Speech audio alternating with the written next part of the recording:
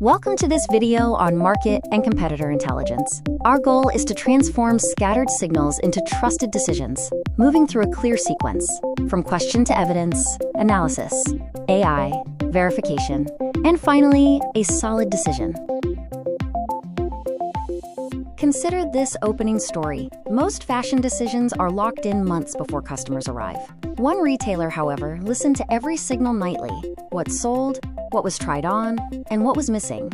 By treating the store as a measuring instrument, they shifted their focus from forecast accuracy to pure correction speed. In the modern e-commerce landscape, the challenge isn't finding data.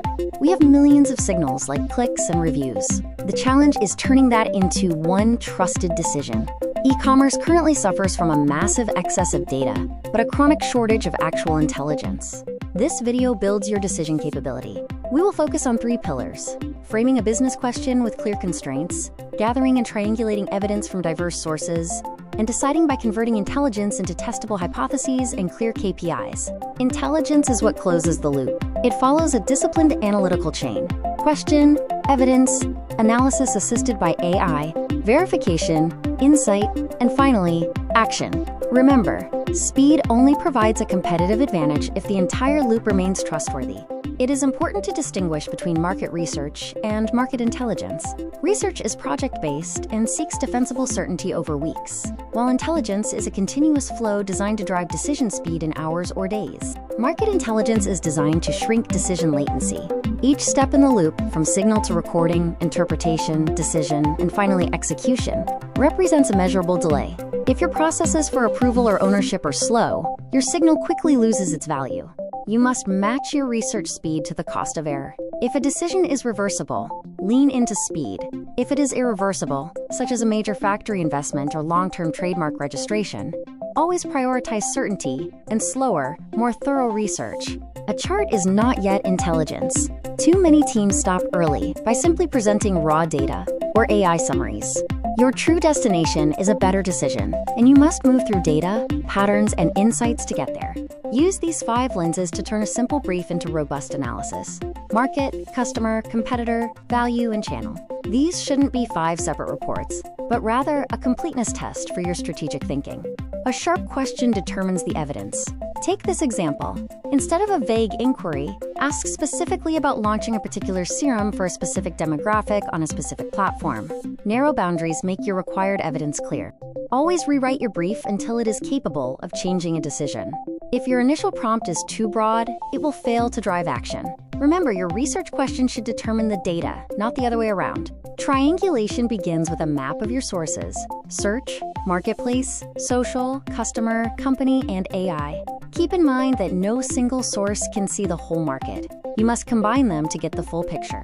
Any number you use must pass the RRRSB test: recency, relevance, reliability, sample, and bias. If a figure cannot pass all 5 of these questions, it is simply not ready to be included in your report.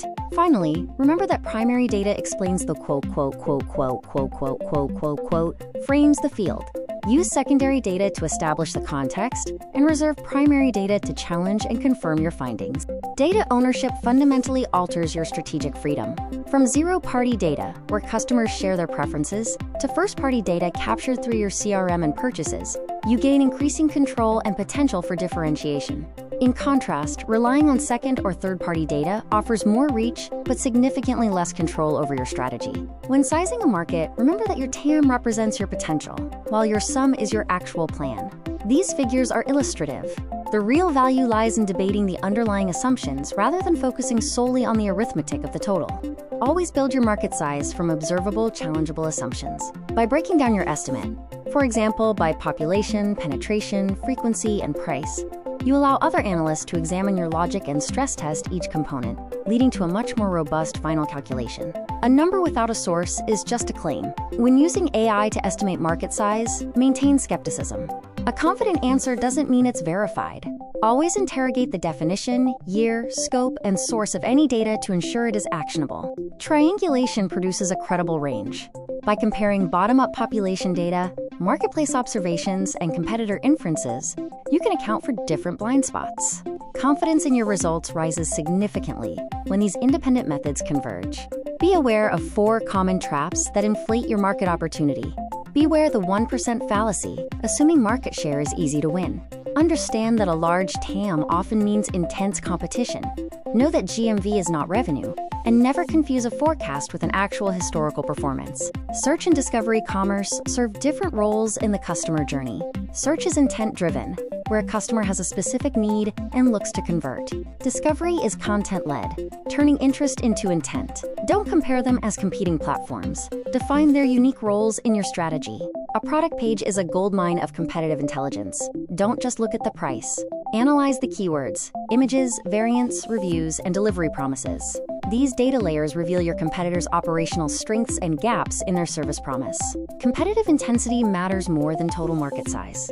A market with 5,000 sellers is a fundamentally different opportunity than one with 50, even if the total category sales are identical. Use sales per active seller as a proxy to assess the room to compete. Search intent reveals exactly where a customer is in their journey.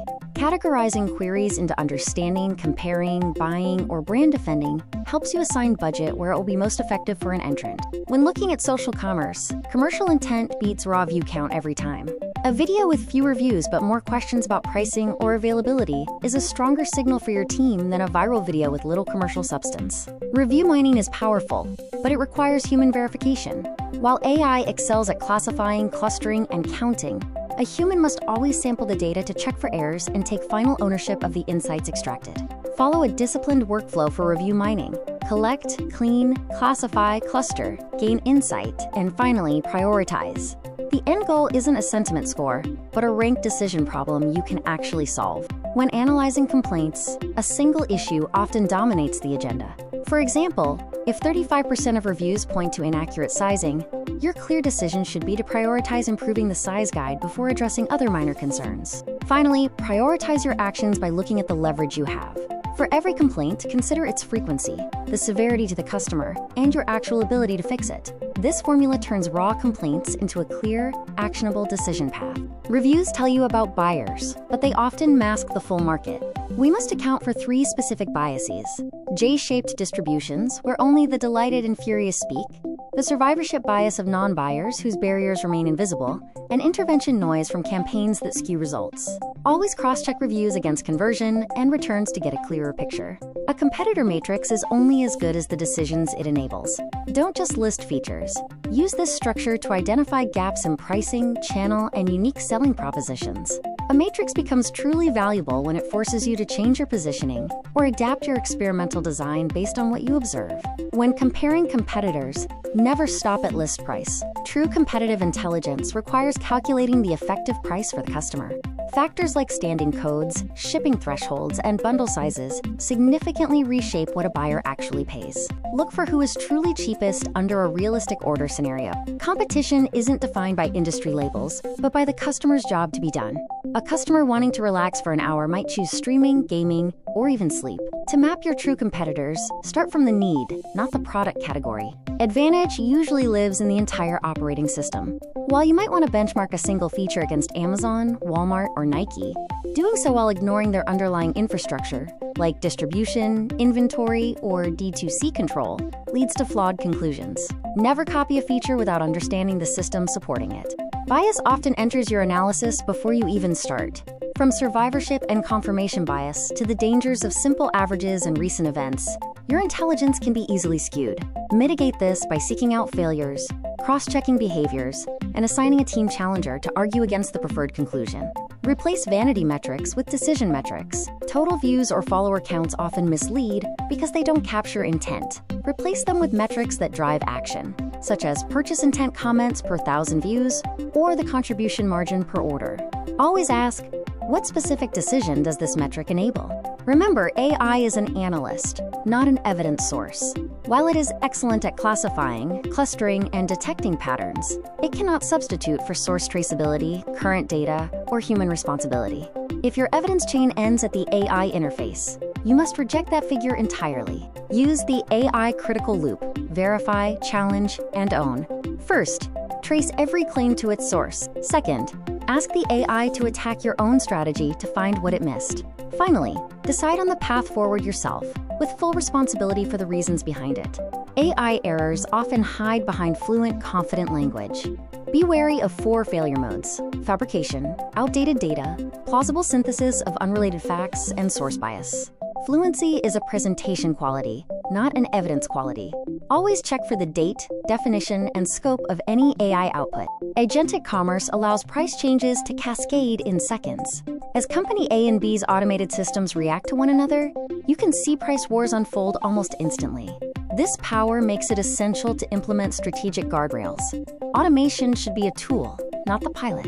Responsible intelligence has hard boundaries. There are zones where we must simply stop. Bypassing protections, using borrowed credentials, or handling unknown customer data are never acceptable. No analytical value justifies privacy violations or deception. Research validity depends on ethical standards. A hypothesis must be allowed to fail. Use a standard structure. If the customer experiences a specific problem and we take this action, then a target metric will change by a specific amount.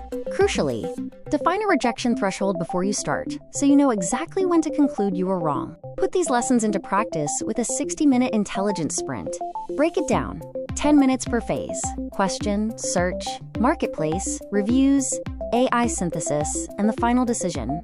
Your required output is simply 3 patterns: 1 gap, 1 insight, 1 decision, and 1 KPI. To close, remember that data speaks to no one. It only answers those who know how to ask. The competitive advantage goes to those who can shorten the distance from a raw signal to a decisive action. Your goal is to keep your learning loop tight, trusted, and fast.